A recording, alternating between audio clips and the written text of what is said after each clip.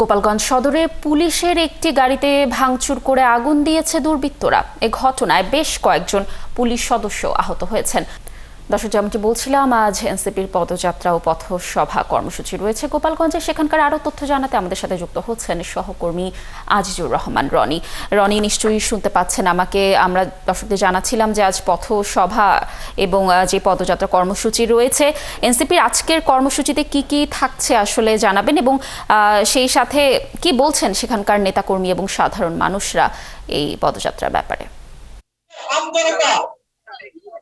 বাংলাদেশের সাধারণ শিক্ষার্থীরা বিভিন্নভাবে বিভিন্ন জায়গাতে বিভিন্ন সময়ে বিভিন্ন প্রেক্ষাপটে তাদের যে রায়সূত্র ছিল তারা বিভিন্নভাবে হারিয়েছে। কিছু সংখ্যক মানুষ কিন্তু এখানে এসেছেন, যদিও পরিমাণ নেতাকর্মী বর্তমান সময়ে পরিবর্তন হচ্ছে। পরিমাণ নেতাকর্মী কিন্তু এখনই এমন একটি সময় যে সময়ে মানুষের অধিকার মানুষকে ফিরিয়ে দেওয়া। জানিয়েছিলাম যে এখনই এমন একটি সময় যে নেতাকর্মীরা গত কয়েকদিন ধরে আসলে সামাজিক যোগাযোগ মাধ্যমে এই জিনিসটা বোঝা যায় যে আসলে কর্মসূচির প্রতিবাদে যে গোপালগঞ্জের উলপুর পুলিশের একটি গাড়ি এবং পুলিশের গাড়ি দেওয়া হয়েছে।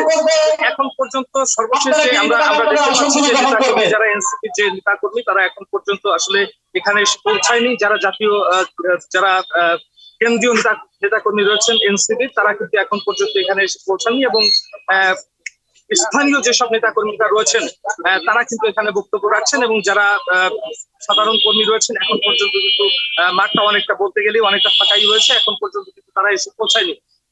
এছাড়া আপনি জানেন যে আইন শৃঙ্খলা পরিস্থিতি রক্ষার সাথে নিয়ন্ত্রণ রাখার সাথে কিন্তু জেলা প্রশাসন ব্যাপক নিরাপত্তার ব্যবস্থা জোরদার করেছে। আমি জেলা প্রশাসক মোহাম্মদ কামরুজ্জামানের সঙ্গে কথা বলেছিলাম।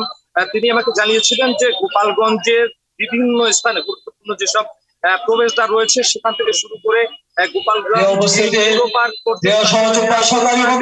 আসলে ঢাকা রয়েছে, এমনটি কিন্তু তিনি জানিয়েছেন।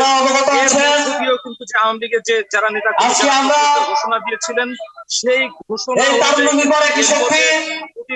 বিচ্ছিন্ন ঘটনার কথা